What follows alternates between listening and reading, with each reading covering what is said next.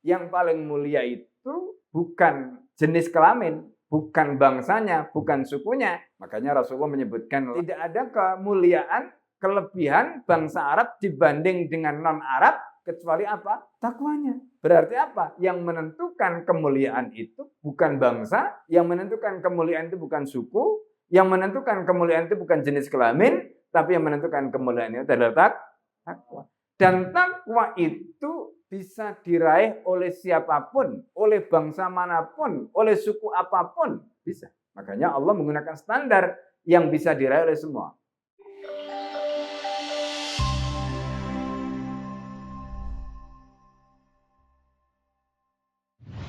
Assalamualaikum warahmatullahi wabarakatuh.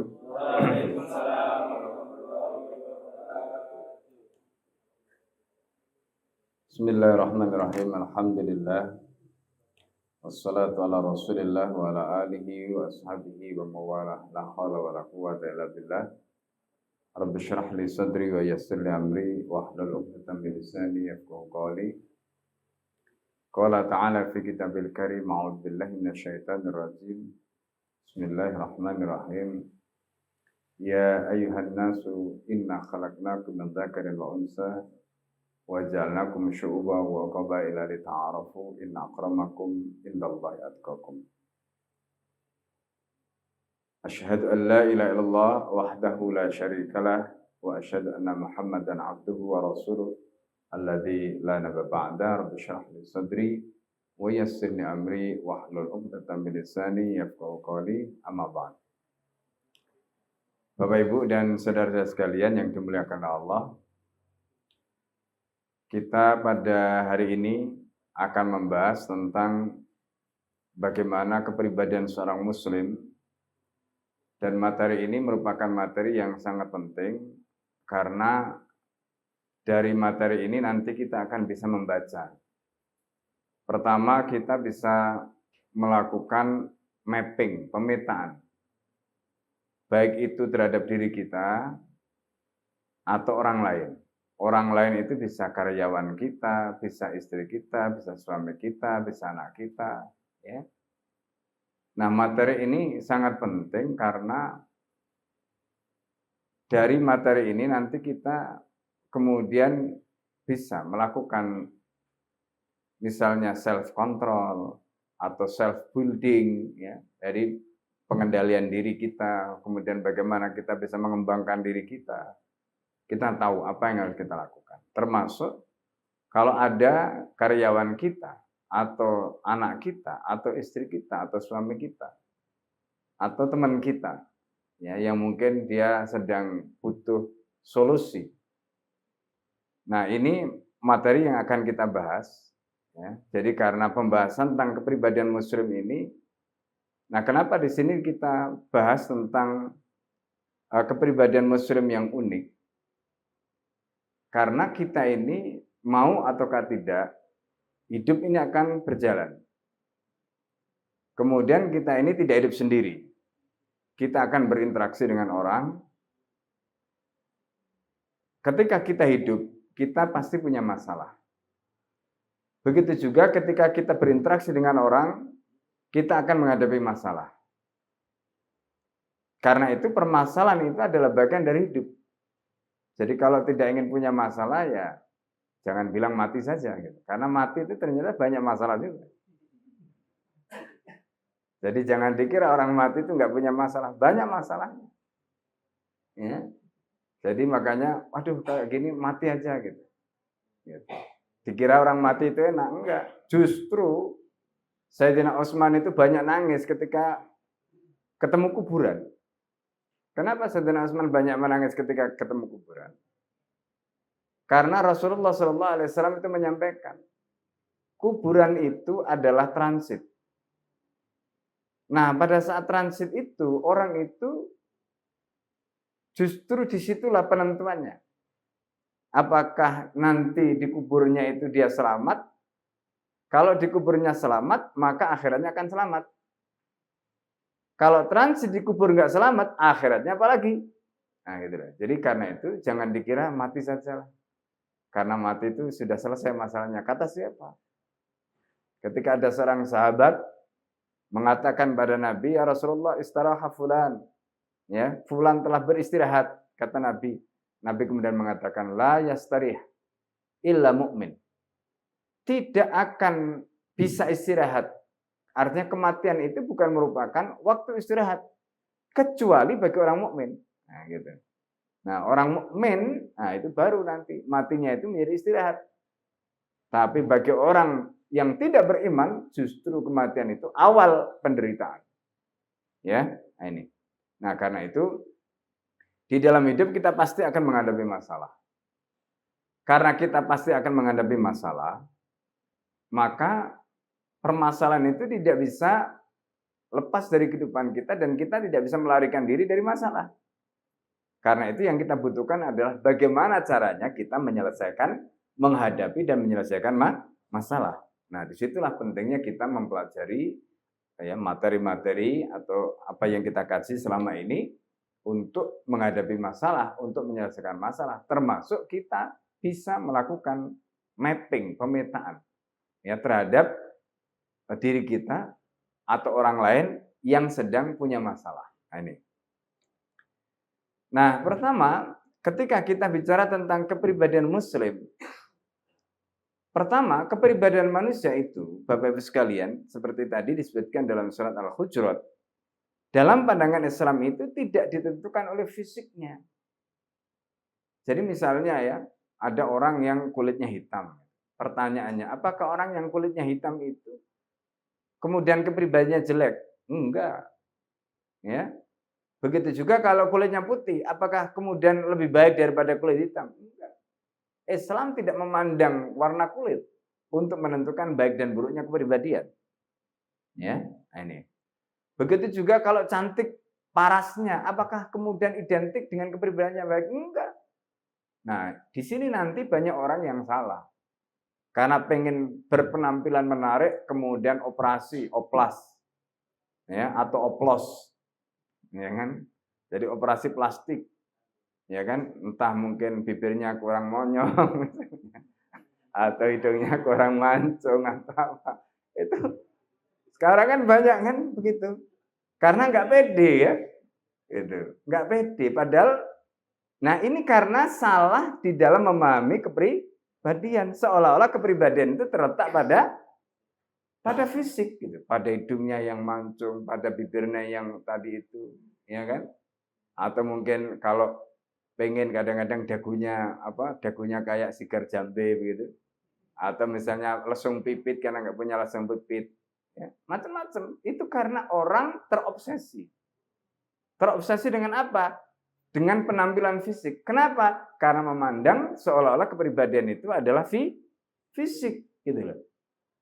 Nah ini, itu salah. Islam tidak begitu cara memandang kepribadian, ya. Jadi karena itu cantik, tampan, hitam, putih, tinggi, ya, karena saking pengen bodinya atletis, ya, atau mungkin nggak pengen gembrot, ya kan? Ya, karena obesitas dan sebagainya, ya, pengen langsing minum obat, ya, penurun berat badan. Karena salah minum obat akhirnya masalah itu, ya kan? Gitu. Nah, jadi ini karena salah di dalam mindsetnya. Mindset yang keliru menyebabkan tindakan yang salah. Nah, ini ya. Nah, di dalam Al-Quran Allah menyatakan bahwa kepribadian manusia itu ditentukan oleh ketakwaannya. Itu. Jadi yang menentukan kepribadian manusia dalam pandangan Islam itu apa? Ketakwaannya. Itu Islam. Ya. Nah, karena itu Allah di dalam surat Al-Hujurat ayat 13 tadi sudah kita kutip di dalam mukaddimah, ya ayuhan nas, kata Allah, hai manusia, inna khalaqnakum, sesungguhnya kami menciptakan kalian min dzakarin wa unsa. Ada yang laki, ada yang perempuan. Wa ja'alnakum syu'uban wa qabaila. Dan kami jadikan kalian itu berbangsa-bangsa dan bersuku-suku. Lita'arafu, supaya kalian tidak saling bermusuhan. Justru kalian bisa saling kenalan, bisa saling bekerja sama, kolaborasi. Ya kan? Jadi laki bisa kerjasama dengan perempuan, suku ini bisa kerjasama bangsa ini, dan itu yang Allah inginkan. Bukan kemudian bermusuhan. Misalnya laki merasa lebih hebat dari perempuan, perempuan lebih hebat dari enggak. Masing-masing Allah berikan takdir, berikan kodrat, berikan fitrah.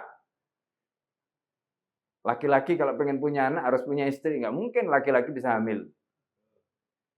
Seorang perempuan enggak akan mungkin bisa hamil sendiri. Harus ada yang menghamili. Maka butuh laki-laki. Gitu. Ya kan? Nah, karena itu masalahnya bukan siapa yang lebih. Gitu.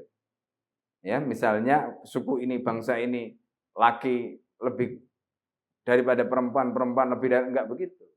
Cara pandang di dalam Islam itu adalah inna akramakum indallahi atqakum. Nah itu. Yang paling mulia itu bukan jenis kelamin, bukan bangsanya, bukan sukunya. Makanya Rasulullah menyebutkan la fadla li arabiyyin minal ajam illa bittaqwa. Tidak ada kemuliaan, kelebihan bangsa Arab dibanding dengan non-Arab kecuali apa? Takwanya.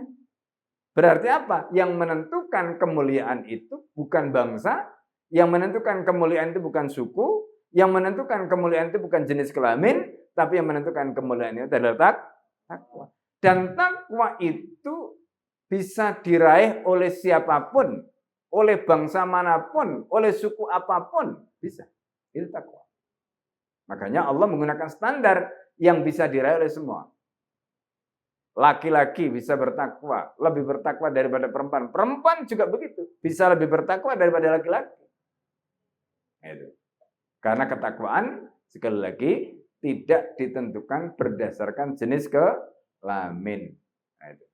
Ketakwaan tidak ditentukan berdasarkan perbedaan suku, bangsa, tidak.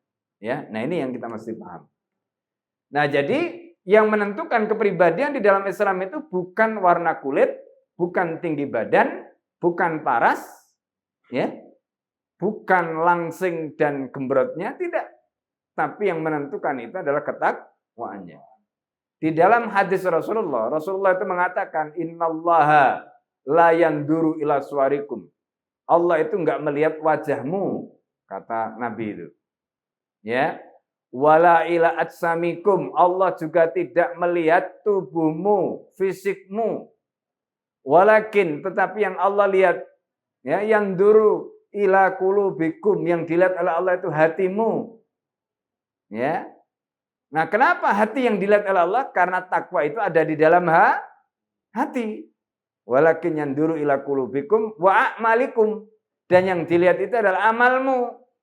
Kenapa kok amalnya? Karena amal itu adalah manifestasi takwa. Gitu loh. Amal itu manifestasi takwa, perwujudan takwa, itu amal.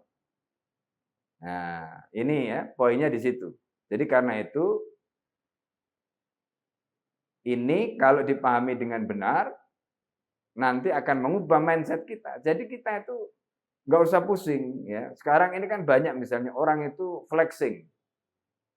Menampakkan supaya kelihatan kaya, menampakkan supaya kelihatan wah gitu kan. Buat apa? Karena ingin tadi dihormati, karena ingin punya kepribadian yang menarik, supaya orang tertarik. Itu salah. Ya. Nah, harusnya kepribadian itu dibangun dari dalam. Dari mana? Ketakwaan, dari hati. Orang itu kalau hatinya bersih, ketakwaannya bagus, maka insya Allah perilakunya, ucapannya, perbuatannya itu akan menarik orang, akan menyenangkan orang. Nah, gitu. Ya, ini yang kita mesti pahami. Nah, kemudian Bapak Ibu sekalian, takwa itu adalah integrasi antara akliyah dan nafsiyah. Apa itu akliyah dan nafsiyah? Integrasi itu kan artinya penyatuan. Jadi ketika kita bicara takwa, maka takwa itu tidak berdiri sendiri. Ada komponennya. Gitu. Yang membentuk takwa itu. Karena itu takwa itu adalah integrasi antara akliyah itu kaitannya dengan akal, nafsiyah itu kaitannya dengan nafsu. Nanti kita akan jelaskan bagaimana akliyah dan nafsiyah itu kemudian ketika diintegrasikan dia membentuk ketakwaan dalam diri seseorang. Ya, nah ini. Nah, jadi takwa itu apa? Bapak-Ibu sekalian, ya. Takwa itu kalau dalam bahasa Arabnya itu kita definisikan sebagai ya, ittiqa ala ma yatarattab min fi'lihi. Ya, ittiqa'un nas atau ittiqa'ul mar'i ala ma yatarattab min fi'lihi aw tarki min adabi jahannam. Nah, itu takwa. Jadi takwa itu adalah kesadaran untuk menjaga diri dari konsekuensi neraka. Itu takwa. Ya, takwa itu seperti itu, kesadaran untuk menjaga diri dari konsekuensi neraka ketika mengerjakan atau meninggalkan perbuatan. Itu namanya takwa. Contoh misalnya begini ya. Contoh ya. Sekarang Bapak Ibu ikut pengajian seperti ini. Ini berarti melakukan amal. Tapi bisa juga tidak ikut. Konsekuensinya kalau ikut apa? Kalau tidak ikut apa? Kalau menuntut ilmu itu hukumnya wajib, berarti kita mengikuti pengajian itu adalah bagian dari menuntut ilmu. Kalau menuntut ilmu itu wajib, kemudian kita tidak mengikuti pengajian, berarti kita tidak menuntut ilmu. Itu logikanya. Nah, kemudian bagaimana hukumnya tidak menuntut ilmu? Berarti kita tidak menjalankan kewajiban. Bagaimana kalau orang itu tidak menjalankan kewajiban? Ada konsekuensinya. Apa? Konsekuensinya nanti mendapatkan dosa. Konsekuensi dosa apa? Di akhirat akan mendapatkan adab. Nah, begitu. Itu namanya konsekuensi. Nah, orang yang bertakwa akan muncul dorongan di dalam dirinya untuk menjaga dari adab tadi. Maka kemudian ketika ada ajakan, ketika ada seruan, ketika ada dorongan untuk ngaji, untuk mengajak, melakukan ketaatan, dia akan terdorong, dia akan melakukan itu. Kenapa? Dia tahu konsekuensinya. Nah, konsekuensi dari neraka ketika meninggalkan atau melakukan perbuatan tadi, itulah yang ada di dalam mindset orang yang bertakwa. Karena takwa itu intinya adalah menjaga diri. Gitu. Ya.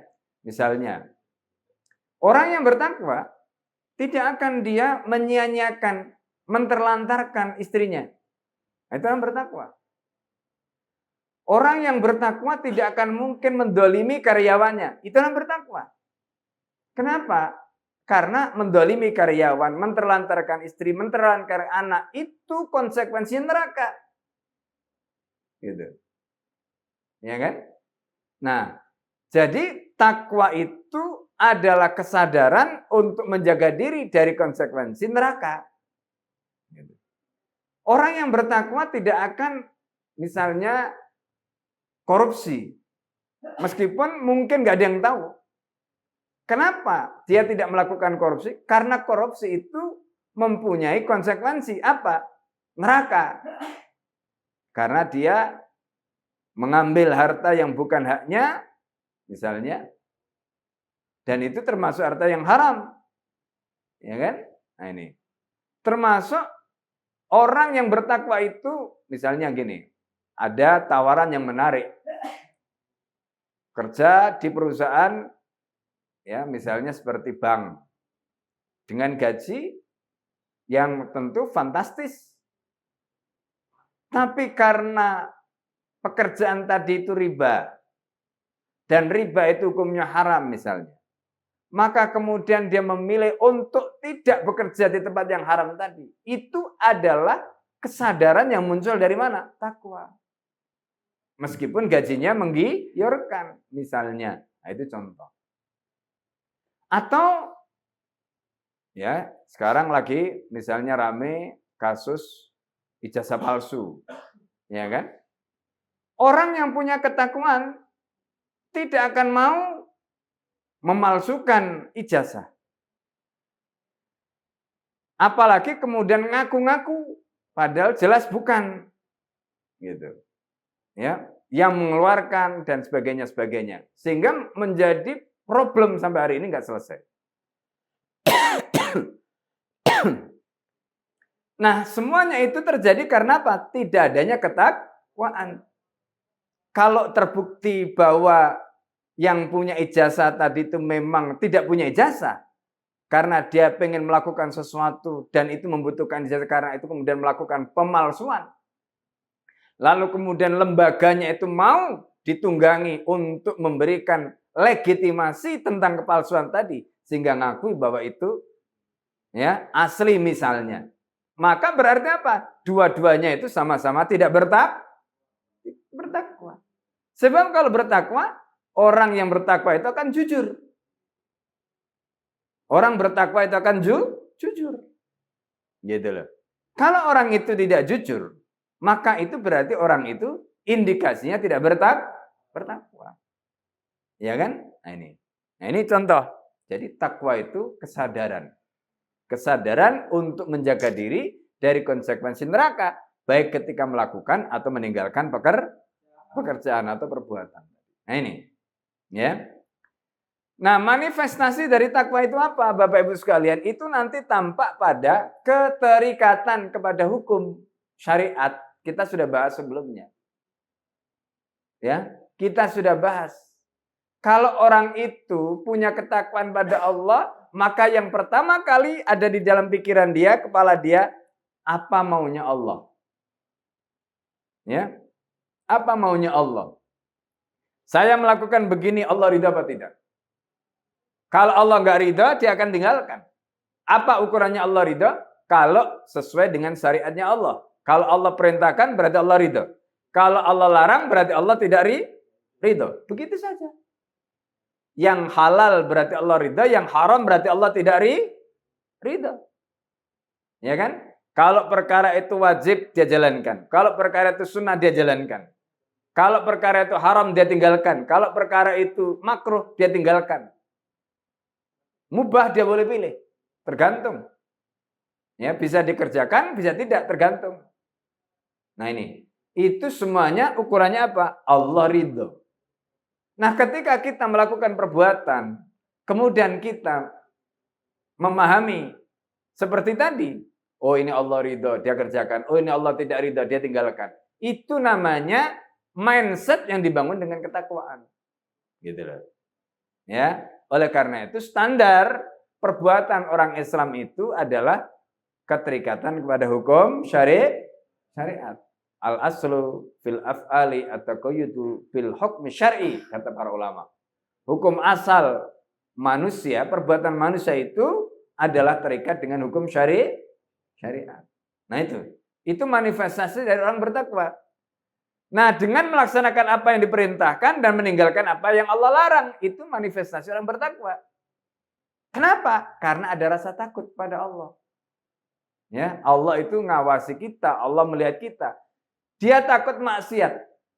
Maksiat itu apa? Maksiat itu artinya kita mbalelo. Maksiat itu artinya kita bangkang. Maksiat itu artinya kita tidak taat sama Allah, itu maksiat. Disuruh sholat, nggak sholat. Disuruh ibadah yang lain, nggak ibadah. Disuruh ngaji, nggak mau ngaji. Itu namanya mbalelo, itu namanya maksiat.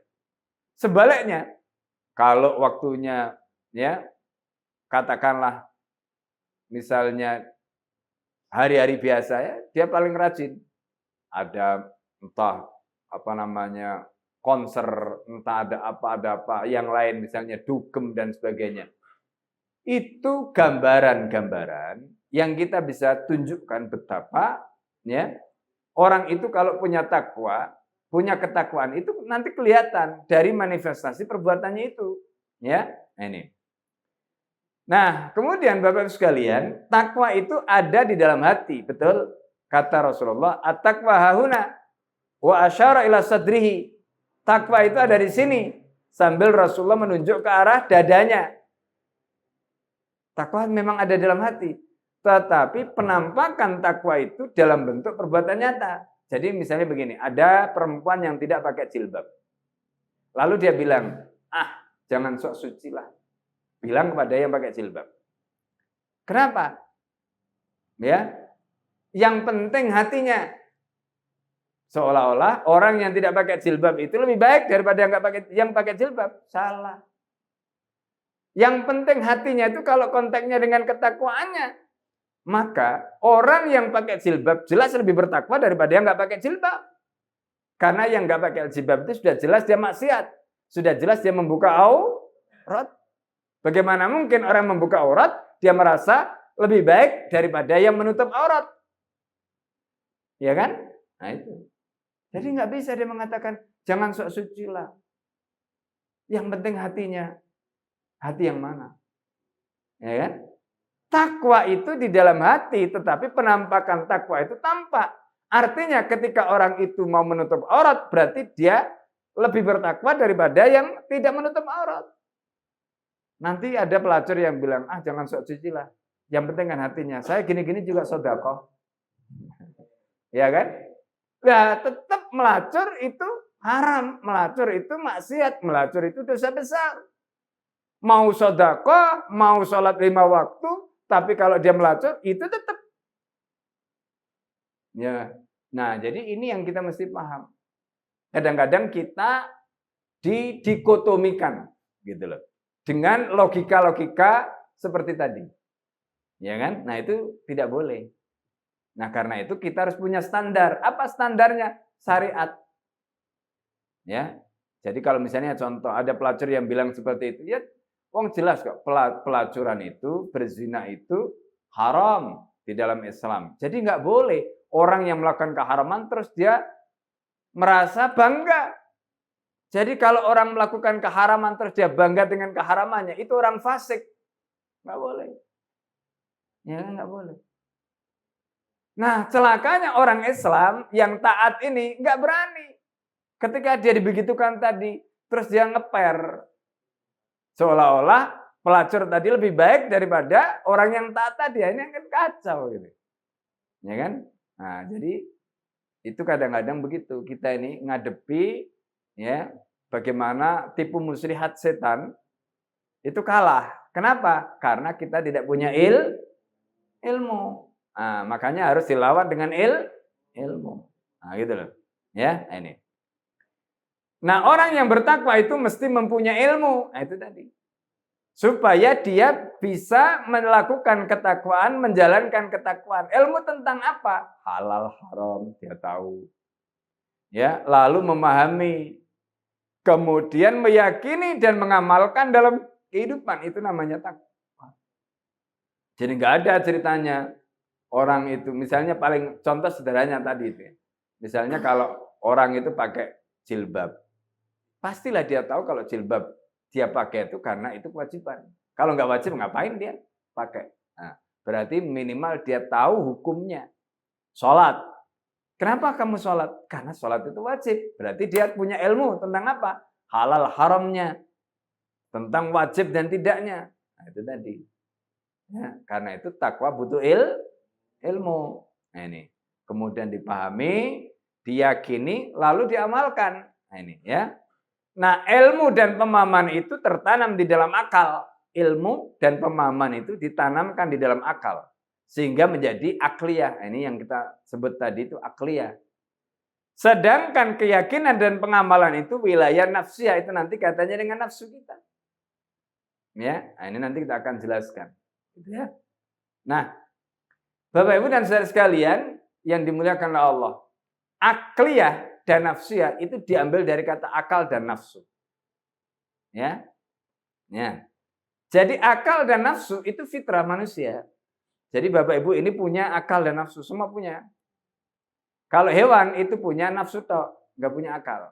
Malaikat itu punya akal tok, nggak punya nafsu.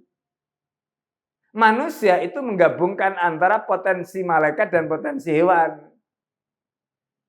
Gitu loh. Karena itu kalau ada manusia bisa mengendalikan nafsunya, dikendalikan oleh akalnya, dia bisa mengalahkan malaikat. Oh, coba. Manusia bisa mengalahkan malaikat. Kapan manusia bisa mengalahkan malaikat? Ketika nafsunya bisa dikendalikan dengan akalnya. Gitu loh. Ya, ini. Tapi kalau akal manusia itu kalah sama nafsunya, maka manusia itu makomnya, kedudukannya, posisinya, levelnya seperti binatang. Makanya Al-Quran menyebut ulaika kal an'am, mereka itu seperti hewan, mereka itu seperti binatang, balhum adall, bahkan mereka lebih hina daripada binatang. Coba. Kapan manusia lebih hina daripada binatang? Kalau akalnya kalah sama nafsunya. Nah ini. Ya kan? Itu. Coba. Ini kalau kita lihat ya. Jadi binatang itu nggak ada yang namanya LGBT itu nggak ada. Nggak ada. Coba. Ya kan? Nggak ada. Binatang itu sebinatang-binatangnya itu masih suka dengan jantan itu sama betina. Nggak ada jantan suka sama jantan, betina nggak ada. Loh manusia itu loh yang dikasih akal. Nggak puas dengan betina, ya kan? Nggak puas dengan perempuan, cari sama-sama pejantan, kan kacau. Nah itu ya. Nah, ini contoh. Betapa manusia itu, kata Al-Quran tadi, balhum adall. Mereka itu lebih hina daripada binatang. Kalau udah kayak begitu. Bisa melakukan yang bahkan binatang tidak sanggup melakukan, dilakukan oleh manusia. Makanya di dalam Islam, LGBT itu hukumannya keras. Gitu loh. Keras. Kalau zina itu hukumannya dirajam dan dicambuk. Dicambuk itu bagi yang belum menikah, dirajam bagi yang sudah menikah. Kalau LGBT itu sepakat dua-duanya dibunuh. Al-fa'il wal maf'ul. Pelaku maupun yang jadi pelaku maupun korban dalam tanda petik. Gitu. Saking luar biasanya Islam menjaga kehormatan, menjaga kemuliaan manusia supaya tidak terperosok pada level binatang. Itu Islam. Ya, ini. Nah, jadi akal dan nafsu itu fitrah manusia. Maka manusia kemudian bisa mencapai level yang mulia karena dia punya dua itu. Sehingga malaikat itu sampai hormat kepada manusia. Makanya Allah perintahkan kepada malaikat, usjudu li adama fasajadu. Sujudlah hai kalian para malaikat li adama kepada Adam fasajadu. Maka mereka pun sujud kepada Adam. Itu malaikat. Ya kan? Nah ini. Nah, karena setiap manusia itu punya akal dan nafsu. Jadi manusia itu punya akal dan nafsu. Tadi kita sudah sampaikan, akal dan nafsu itu fitrah. Ya. Nah, kemudian meski akal itu fitrah, tetapi tetap harus dibentuk. Buktinya apa? Orang itu kadang-kadang sekolahnya sama, tapi hasilnya beda. Ngaji seperti ini sama, datang, sama-sama mendengar. Tapi kenapa hasilnya berbeda? Karena ada yang serius, ada yang tidak, ada yang mikir, ada yang tidak.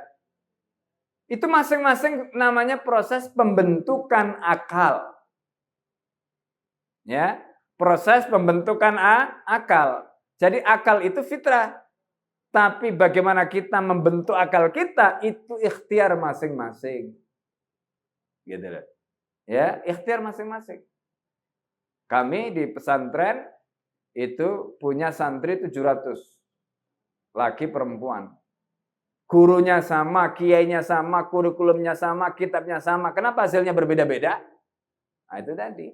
Karena masing-masing ya ikhtiarnya beda-beda. Akalnya boleh jadi, fitrahnya boleh jadi sama, tapi masing-masing ada yang serius, ada yang enggak serius, ada beda-beda. Nah, perbedaan inilah yang kita sebut sebagai proses pembentukan akal. Jadi akal yang dibentuk tadi, itu yang kemudian nanti akan menentukan kualitas seseorang. Nah ini ya. Nah pertanyaannya, dengan apa akal kita dibentuk? Dengan kaidah berpikir yang namanya akidah. Jadi yang kita sudah pelajari sebelumnya itu, ya, akidah yang kita sudah pelajari sebelumnya itu adalah kaidah-kaidah yang kita pakai untuk membentuk mindset kita. Gitu. Supaya apa? Mindset kita betul. Mindset kita benar. Itu namanya kaidah berpikir. Nah, kalau mindset kita itu Islam, kaidah kita itu Islam, ya, maka berarti akliyahnya menjadi akliyah Islam. Kalau mindset yang dipakai itu kapitalis atau sosialis, maka akliyahnya adalah akliyah kapitalis atau sosialis. Nah, gitu. Apa ada orang Islam akliyahnya kapitalis sosialis? Ada. Tergantung dia belajarnya apa. Otaknya diisi apa, ya kan? Misalnya contoh kan sekarang sekolah-sekolah dengan kurikulum dari barat ini kan bertebaran di negeri kaum muslimin. Ya kan? Mau itu contoh ya, ekonominya, politiknya, pendidikannya, psikologinya, sosiologinya, hukumnya. Itu yang diajarkan itu adalah pandangan-pandangan yang mayoritas kebanyakan bukan dari Islam. Coba bayangkan kalau semua itu diinstal di kepala kaum muslimin, maka akalnya menjadi apa? Akliyah seperti tadi. Bisa kapitalis, bisa sosialis, tergantung apa yang diinstal. Nah, ngaji seperti ini, kajian seperti ini, itu adalah proses untuk menginstal akal kita supaya menjadi akliyah Islam. Gitu loh. Itu caranya.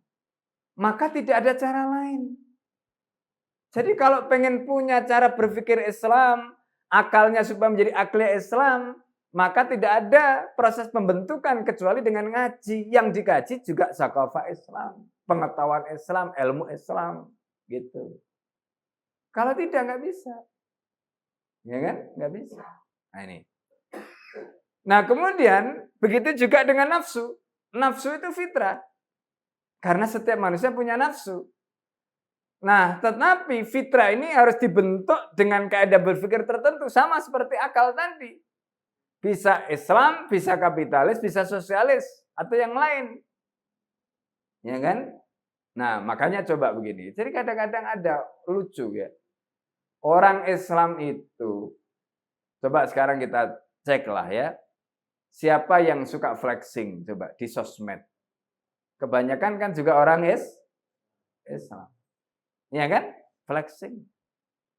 Gitu. Pertanyaannya begini. Ya, orang melakukan flexing itu untuk apa? Kadang-kadang ya, sekarang itu kan ada istilah validasi. Tahu validasi ya?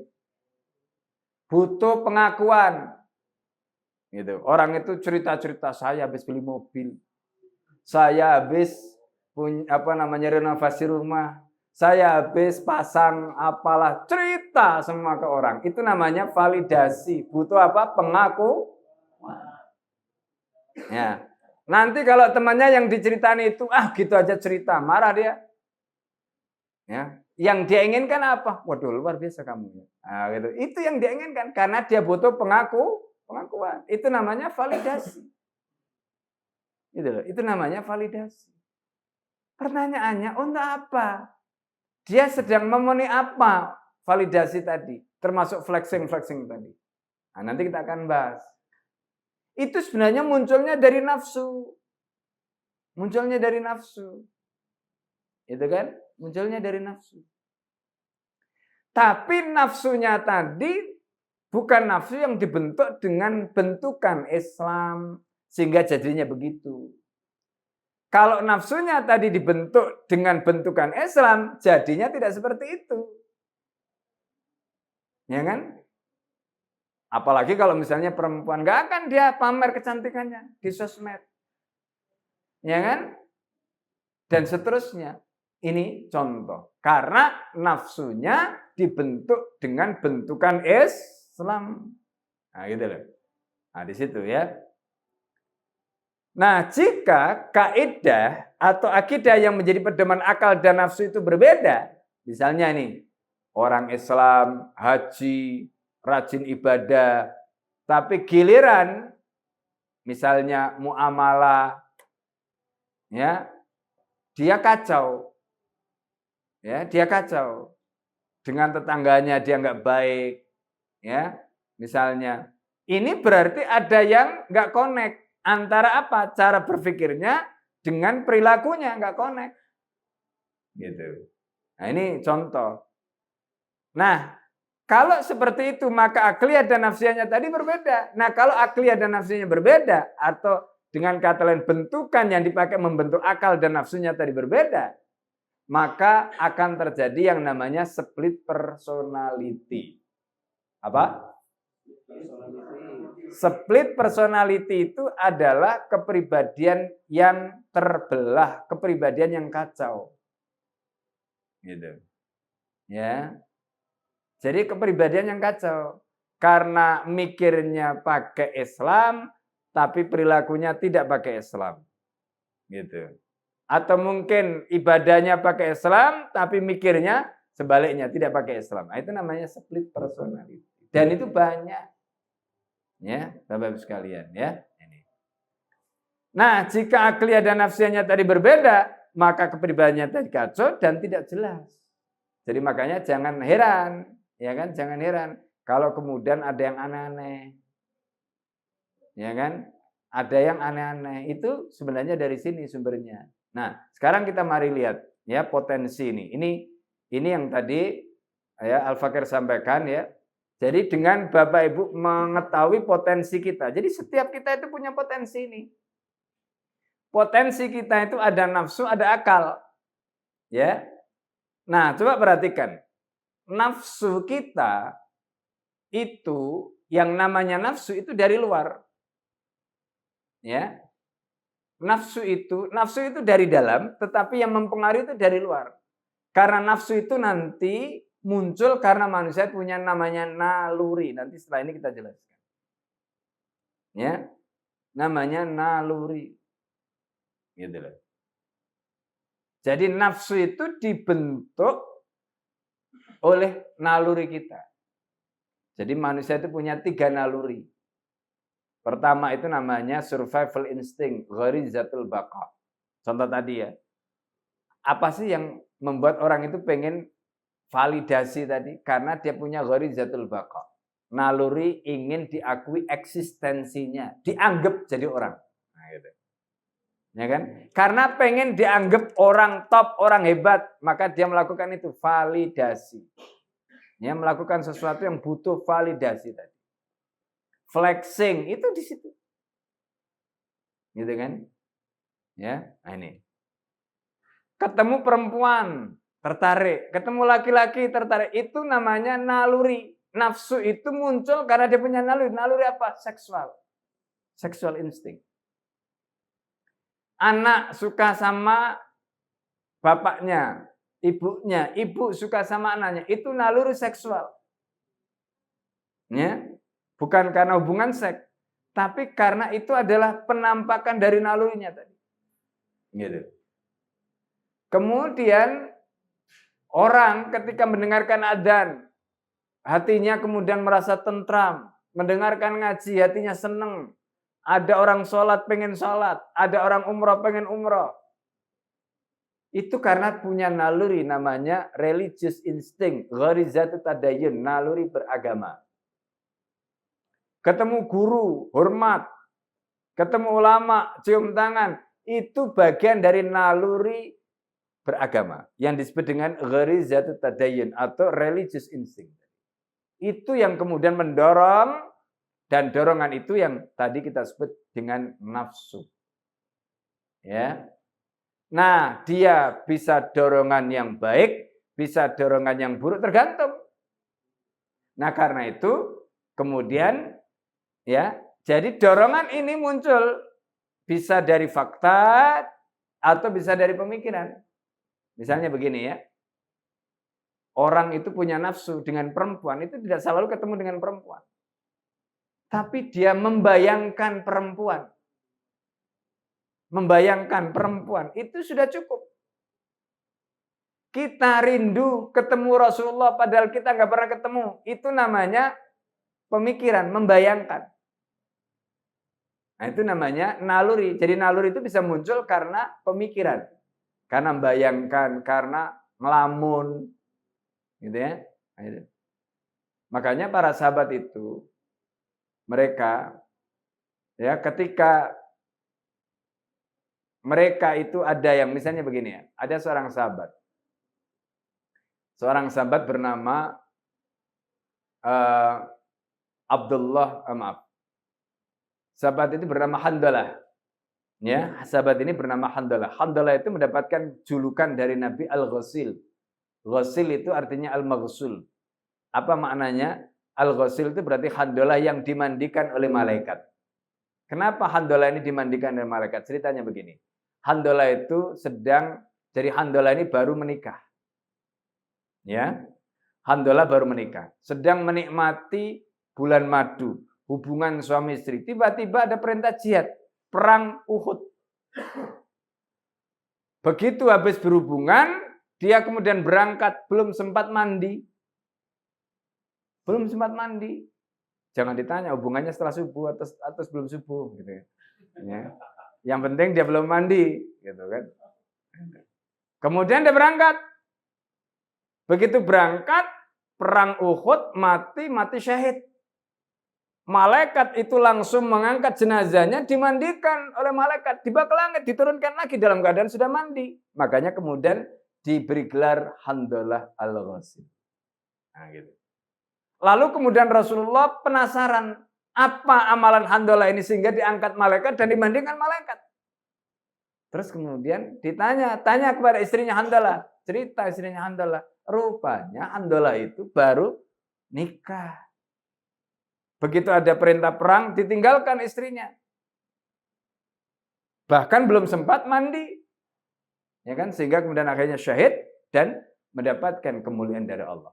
Pertanyaannya begini. Ini yang konteksnya dengan pembahasan kita. Apa yang membuat Handalah yang sedang menikmati hubungan dengan istrinya kemudian sanggup meninggalkan istrinya yang cantik itu? Jawabannya karena bayangan tentang wanita yang lebih cantik daripada istrinya. Siapa? Bidadari di surga.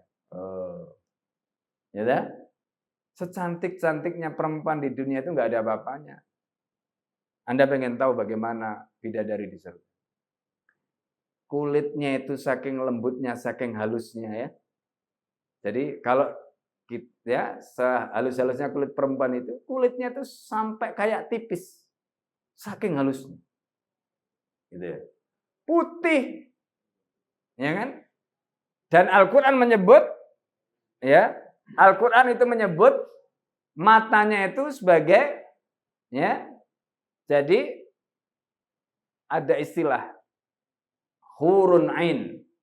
Hurun ain ya, itu matanya bulat ya, orang itu biasanya. Kenapa kok Al-Qur'an menggunakan istilah begitu? Karena biasanya perempuan itu kalau cantik matanya lebar bulat. Nah, jadi nggak ada ceritanya orang cantik matanya sipit. Ya. Loh, itu bahasa Al-Qur'an ya. Ini bukan body shaming ya. Itu cerita Al-Qur'an. Jadi kenapa Al-Qur'an itu menggunakan istilah itu? Karena begitu, gitu loh. Orang itu kan biasanya begitu melihatnya itu. Jadi ini bukan body shaming ya, jangan salah paham. Nah, jadi bayangan seperti itu mendorong Handalah tadi. Artinya secantik apapun istrinya di dunia itu nggak bisa mengalahkan cantiknya bidadari di surga. Padahal Handalah belum pernah ketemu sama bidadari. Yang ketemu di depan matanya itu ya istrinya itu. Tapi pertanyaannya, kenapa sanggup meninggalkan istrinya untuk melakukan jihad tadi? Padahal tengah menikmati kenikmatan surgawi di dunia tadi. Jawabannya karena ada kenikmatan yang lebih nikmat daripada itu. Dan itu di mana? Ada di pikiran dia.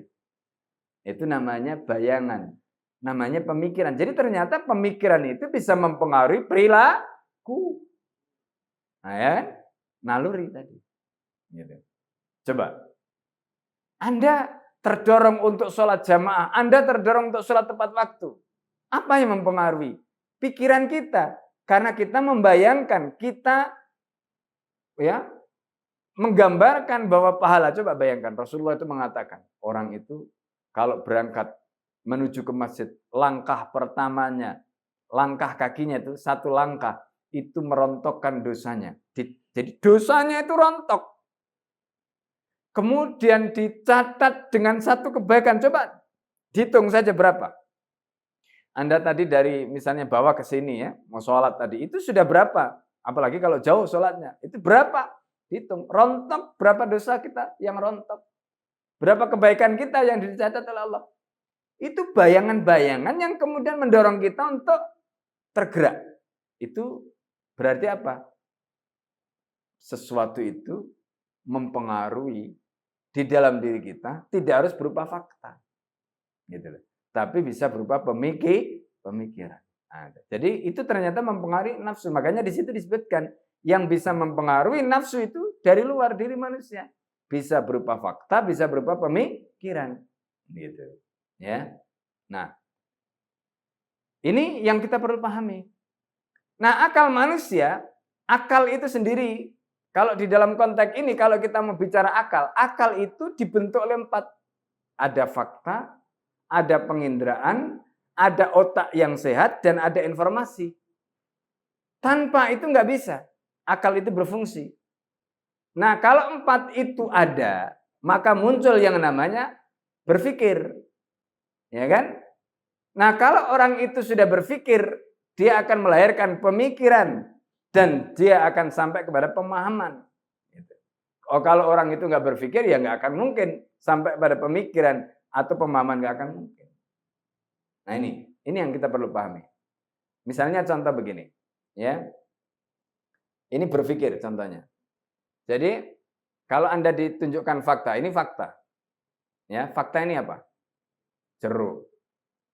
Anda mengatakan ini jeruk, itu kesimpulan. Kesimpulan apa? Hasil berpikir. Ada fakta berupa buah, warnanya kuning, ya, agak bulat. Ya kan? Kemudian kita indra dengan mata kita. Otak kita sebelumnya punya maklumat bahwa ini namanya jeruk. Lalu begitu ditanya, ini apa? Kita langsung menyimpulkan itu jeruk. Begitu kita ganti lagi, ini apa? Apel. Fakta yang berbeda. Indra kita sama-sama menggunakan penglihatan. Kita punya maklumat tentang buah ini sebelumnya apa? Maklumatnya itu apel. Maka begitu ditanya, ini buah apa? Langsung dijawab apel. Nah, itu contoh.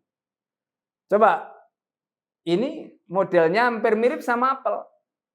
Tapi Anda tidak akan mengatakan ini apa? Apel, enggak. Ini buah apa? Buah pir. Ya kan? Nah, ini contoh. Ya. Nah, ini. Jadi itu contoh bagaimana kita berpikir. Jadi berpikir itu butuh 4. Ada fakta, ada penginderaan. Penginderaan itu bisa panca indera, bisa mata, bisa pendengaran, bisa perabaan, bisa penciuman, ya, bisa rasa dan seterusnya. Itu, ya, itu penginderaan.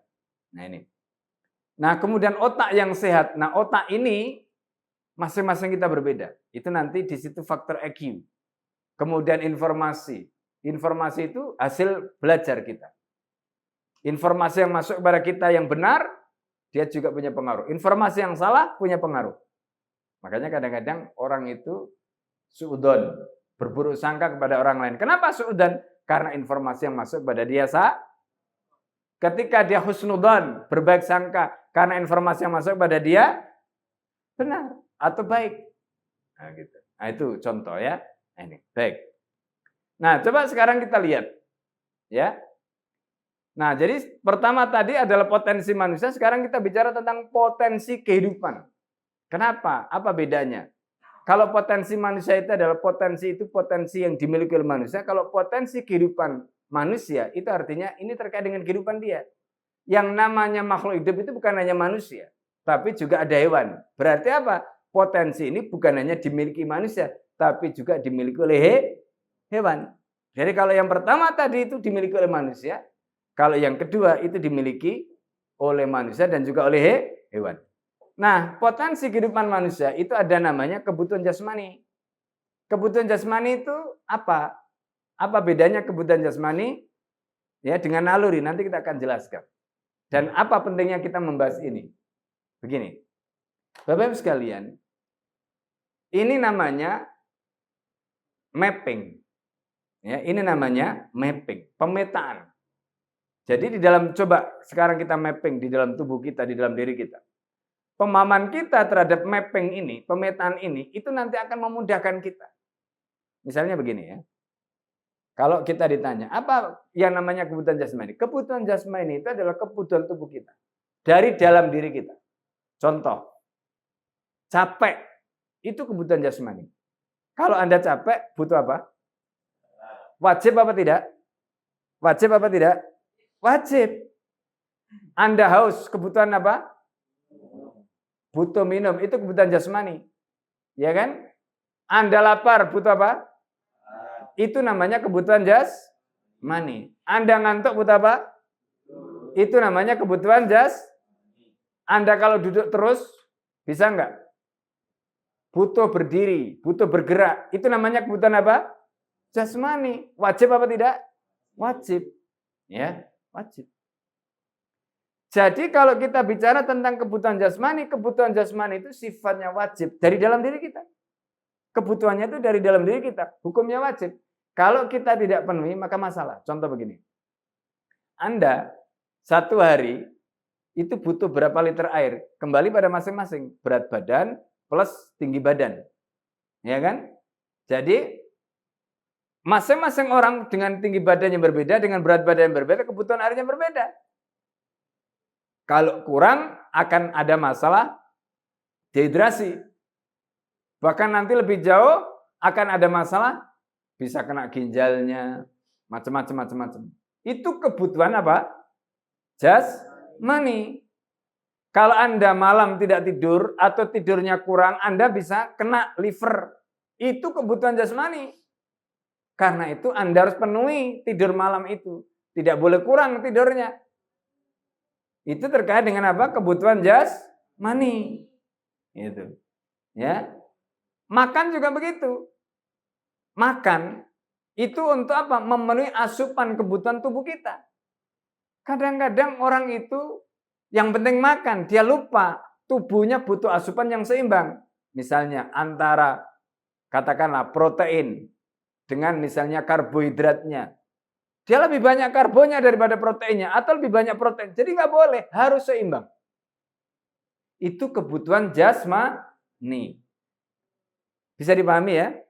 Nah, Anda bisa tanya kepada dokter, Anda bisa tanya kepada ahli. Itu semuanya harus seimbang. Kalau tidak seimbang pasti akan ada masalah.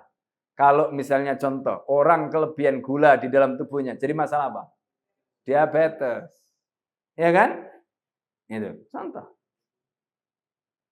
Kalau orang itu kekurangan gula, ada masalah apa? Liver kena. Kurang gula. Ya kan? Nah, ini contoh. Ini artinya apa? Semuanya harus seimbang. Itu namanya kebutuhan jasmani dari dalam tubuh kita. Makanya masing-masing orang berbeda-beda kebutuhannya. Nah, ini juga penting. Kadang-kadang begini, ada temannya misalnya pusing ya, sakit kepala. Temannya pusing, sakit kepala. Terus dia bilang, "Kamu kemarin sembuh, minum obat apa?" Dia kasih itu temannya obat yang dia minum. Temannya sembuh, dia nggak sembuh. Pertanyaannya kenapa? Padahal sama-sama pusingnya. Pusingnya sama, tapi bisa jadi penyebabnya berbeda. Lah kalau penyebabnya berbeda, obatnya ya nggak mungkin sama. Wong masing-masing orang berbeda kok. Ya kan? Nah ini. Ya kan? Nah itu. Nah ini contoh. Itu namanya kebutuhan jasmani. Nah itu ya.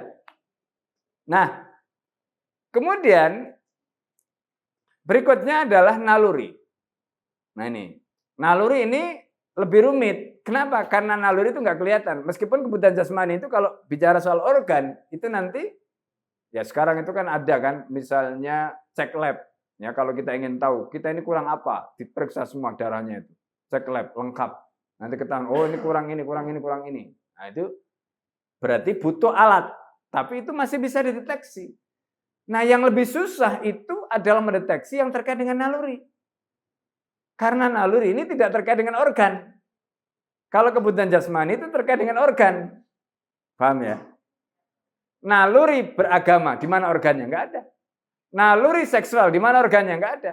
Ya bahwa di situ ada alat vital dan sebagainya. Itu bukan faktor yang menentukan naluri.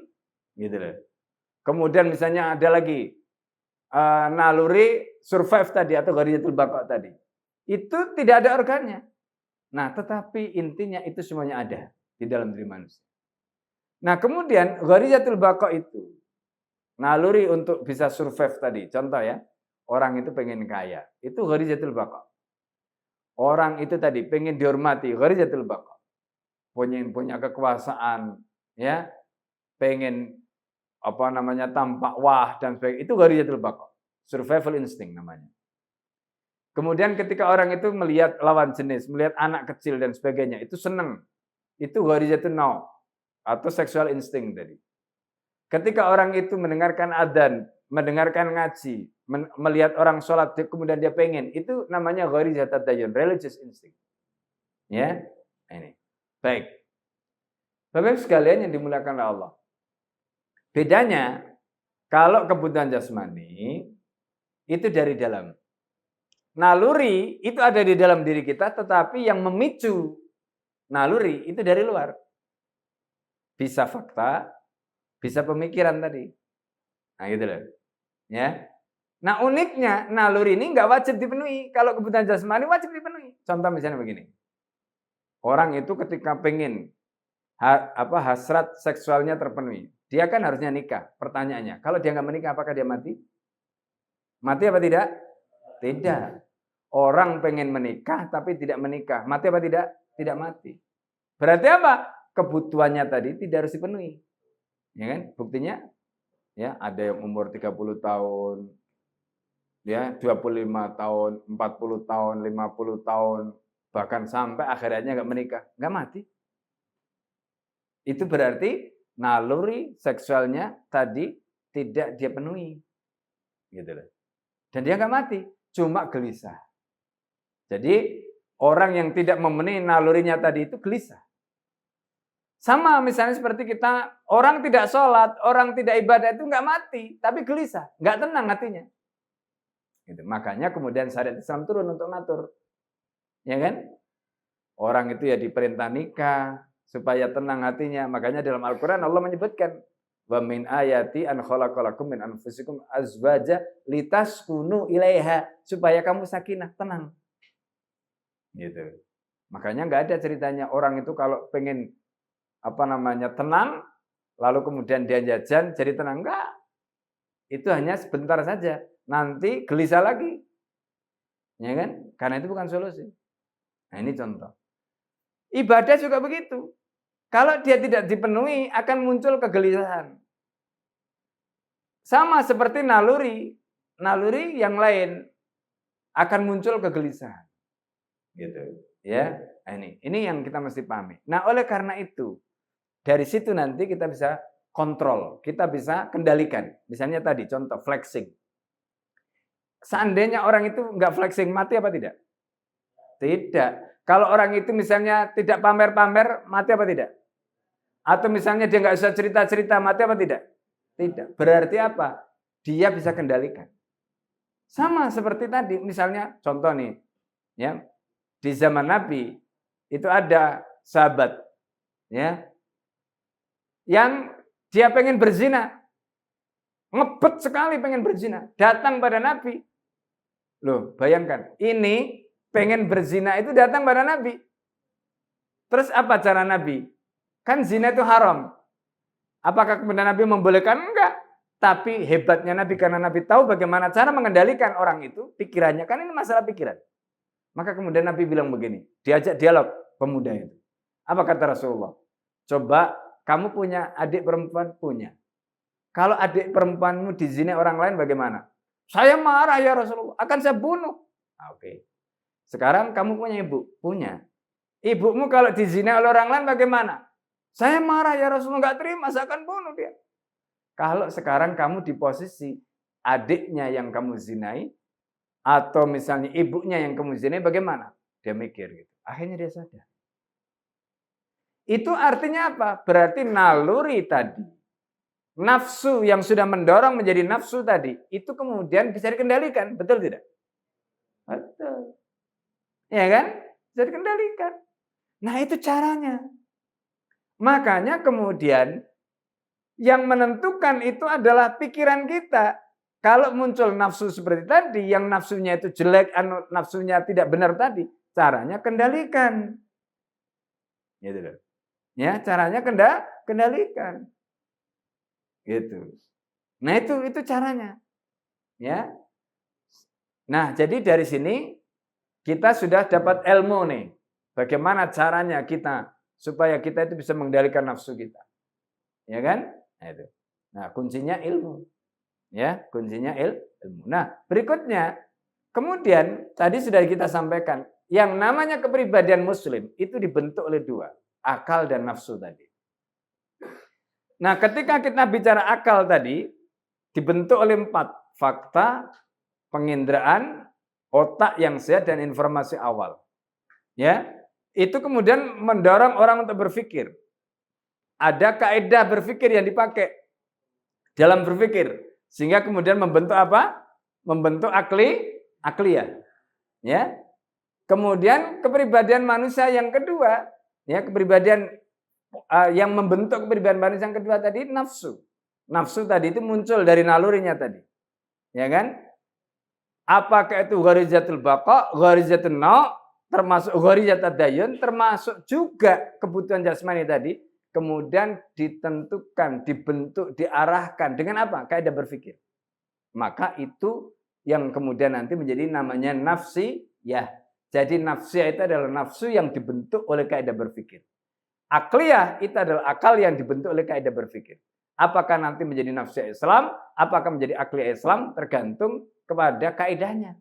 Kalau kaidah yang dipakai itu Islam, berarti akliyah Islam. Kalau kaidah yang dipakai itu Islam untuk membentuk nafsu tadi, berarti nafsunya menjadi nafsu Islam. Nah, itu.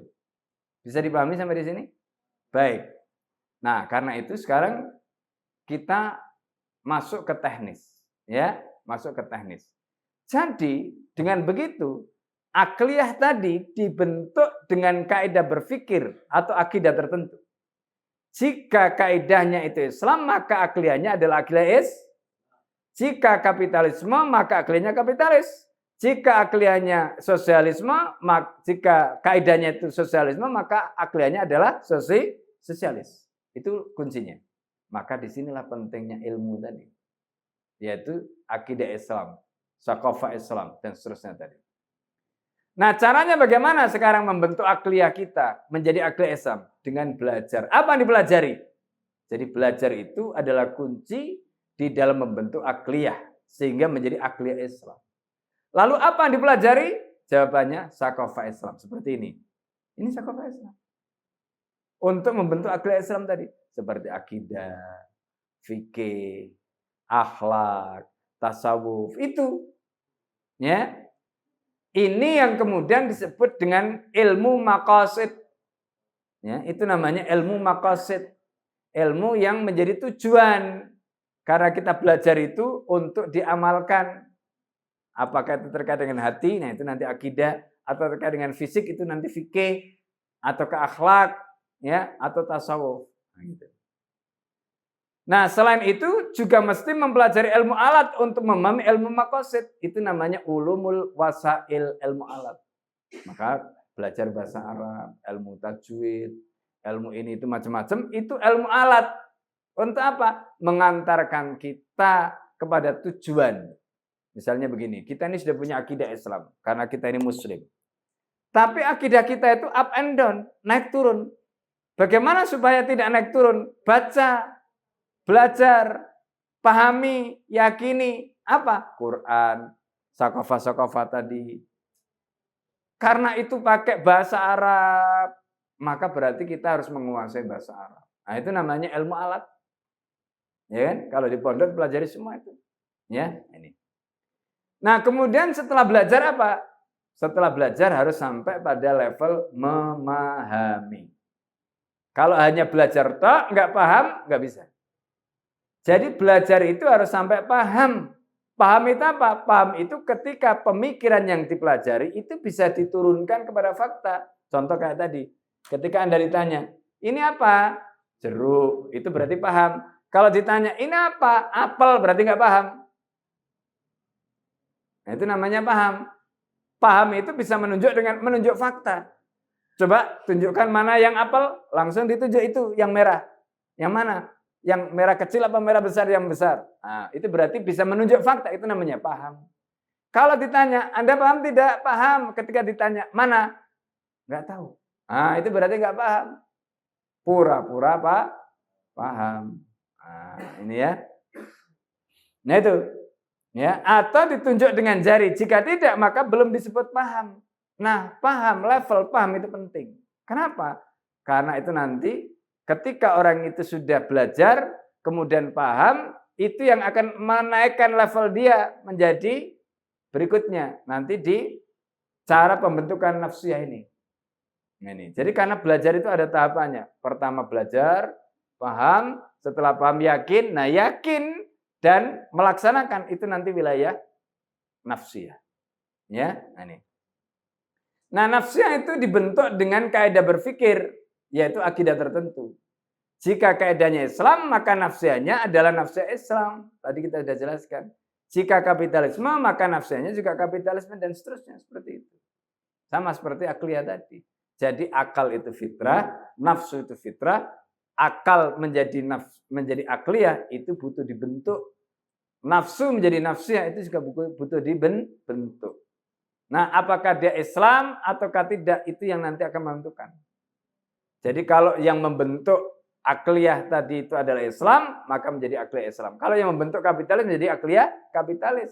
Yang membentuk sosialis menjadi akliyah sosialis. Begitu juga nafsiyah. Sama seperti itu.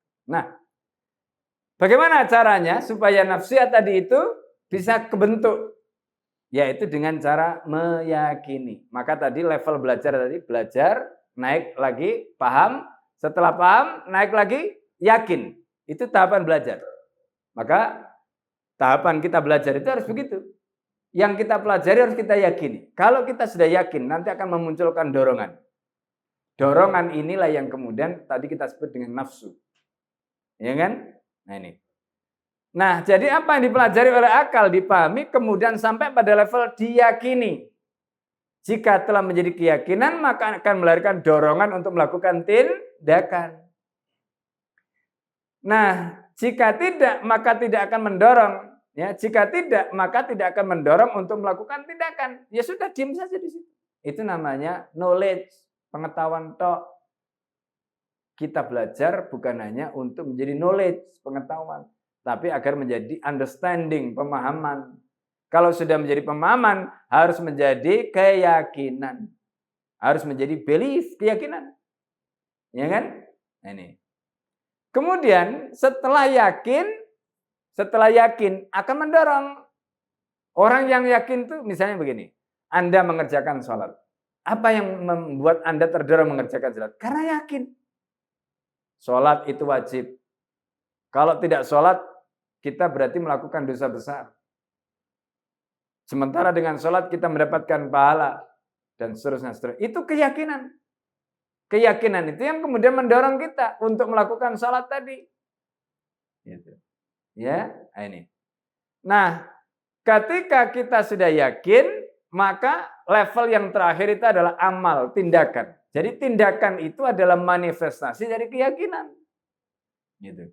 Makanya yang terakhir, yaitu bagaimana kita membentuk nafsiyah tadi itu adalah dengan mengamalkan. Amal atau tindakan itu manifestasi dari ilmu, pemahaman, dan keyakinan. Sehingga menjadi tindakan nyata. Karena itu amal yang tampak sesungguhnya menggambarkan isi otak dan hati manusia. Ya kan? Nah, itu loh. Makanya kemudian Imam Al-Mawardi itu sampai mengatakan, ya, al-amalu, apa yang disebut dengan amal? Amal itu adalah naklu, ya, as-surati, memindahkan gambaran minad dakhili dari dalam diri kita ilal khariji keluar. Misalnya gini, ada orang yang sopan. Sopan itu perbuatan. Ketika orang itu sopan, ketika orang itu beradab, berarti apa? Kita bisa membaca isi kepalanya dan isi hatinya itu seperti itu. Paham tidak? Nah, itu namanya perbuatan tadi, amal tadi itu mencerminkan isi otak dan isi hati. Nah, itu.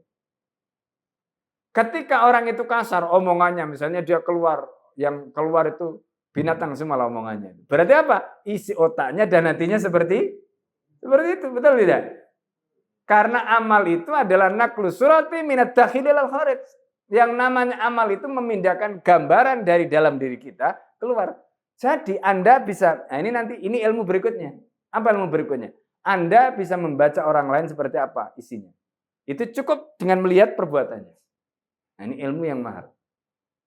Ya. Jadi saya bisa melihat Anda ini seperti apa karakternya itu dengan ilmu tadi. Dari kita ngobrol, dari kita itu ketahuan oh, orang ini seperti apa, orang ini seperti apa. Orang yang tidak tahu dikira, waduh, kita punya karomah karena bisa membaca orang. Enggak. Itu karena jam terbang. Karena kita sudah interaksi dengan orang sekian banyak, jadi pengalaman. Orang ini cirinya begini, biasanya begini. Itu udah ketahuan. Suatu ketika, tahun 2013 saya ke Australia. Dakwah di sana selama sebulan. Begitu dijemput dari bandara, ini baru ketemu pertama kali. Ketemu pertama kali di situ. Ya, cerita. Ya. Jadi yang jemput kan banyak itu jemput. Ketemu salaman. Kita di mobil itu ngobrol. Kita sudah bisa baca nih. Ini seperti apa. Terus kata yang mendampingi itu begini. Loh, kok antum tahu semua? Yang antum sampaikan itu benar semua. Dari mana? Jadi dikira kita punya karomah karena bisa membaca apa yang nggak terlihat tadi. Tapi itu ada ilmunya. Ilmunya tadi di antaranya. Karena kita sudah terbiasa melihat seperti itu. Dan itu kemudian istilahnya kalau orang Jawa itu kita tengeri, kita tandai, kita sudah hafal. Karena jam terbang tadi, maka kita sudah punya feeling. Ketajaman itulah yang kemudian membentuk kita. Jadi itu ilmu yang bisa kita pelajari. Itu ilmu yang bisa kita pelajari. Ya, paham ya sampai di sini? Nah, kalau Anda melatih diri dengan cara tadi, nanti Anda juga akan begitu, punya ketajaman. Jadi misalnya begini, hubungan suami istri. Ya. Kalau sudah sampai pada level tertentu, itu kita sudah nggak perlu melihat saja kita sudah tahu istrinya lagi ngapain suaminya juga begitu, istrinya tahu, sama-sama tahu. Kenapa? Karena sudah hafal. Ya kan? Sudah hafal. Agak gitu. Anak juga begitu. Kita nggak usah dia cerita macam-macam. Cukup kita melihat. Dari kebiasaan dia kita bisa hafal. Nah, itu kuncinya. Jadi ketajaman tadi itu bisa dibentuk dari situ. Nah, kemudian ilmu ini kita bisa pakai untuk apa? Pertama tadi, bagaimana caranya supaya saya bisa tadi kan kita sebut self control, mengendalikan diri kita. Yang kedua self building, bagaimana kita bisa membangun diri kita. Itu dari situ. Kalau kita sudah tahu, oh ini, saya ada masalah apa ini? Misalnya contoh begini. Kadang-kadang kita ini sudah tahu. Tapi kita masih ndablek atau jarak kalau orang Jawa. Tahu jarak? Sengaja. Ya kan, sengaja. Pertanyaannya kemudian kenapa? Kita sudah tahu tapi kok ndablek, kok sengaja? Ini pertanyaan. Kadang-kadang kan kita ngadepi karyawan begitu kan. Jadi ini dia sudah tahu kok asik melanggar gitu. Apa ini problemnya? Maka di dalam ilmu tadi itu hanya dua saja kategorinya. Kalau tidak masalah akliyah berarti nafsiyah. Oke, caranya bagaimana? Mengidentifikasi gampang. Tanya dulu. Kamu tahu nggak? Kamu melanggar aturannya begini. Oh tahu. Oke. Kamu tahu nggak kalau ini konsekuensinya begini? Tahu. Berarti akliyahnya selesai. Berarti dia tidak ada masalah dengan akliyahnya karena dia tahu. Berarti masalahnya apa? Nafsiyah. Masalahnya di nafsiyah.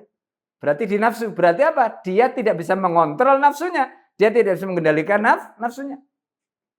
Nah, kalau dia tidak bisa mengendalikan nafsunya, dicek apanya ini? Problemnya di mana? Ya kan? Gitu. Nanti ketemu. Maka kemudian kita bisa memberikan solusi. Kamu harusnya begini. Itu bisa. Kita juga begitu. Kalau misalnya kita sedang mungkin decline ya, turun. Atau mungkin futur kalau bahasa Arabnya. Jadi futur itu ya semangatnya lagi loyo gitu. Yang bisa membangkitkan diri antum, diri Anda, itu Anda sendiri, bukan orang lain. Anda mau datang ke psikolog, Anda mau datang ke macam-macam, toko siapa sajalah. Tapi kalau Anda sendiri tidak membangkitkan diri Anda, bisa nggak bangkit kira-kira? Nggak bisa. Nah, jadi di situ kuncinya. Berarti apa? Kita harus tahu apa yang menjadi sumber masalahnya. Nah, disitulah tadi yang kita sebut dengan self-control dan self-building tadi itu. Dengan begitu kemudian kita bisa. Paham ya? Oke. Baik, mungkin sampai di sini ya yang bisa kita sampaikan ya materi pada kesempatan kali ini. Jadi, bagaimana caranya agar kita memiliki kepribadian yang unik tadi. Ya, baik.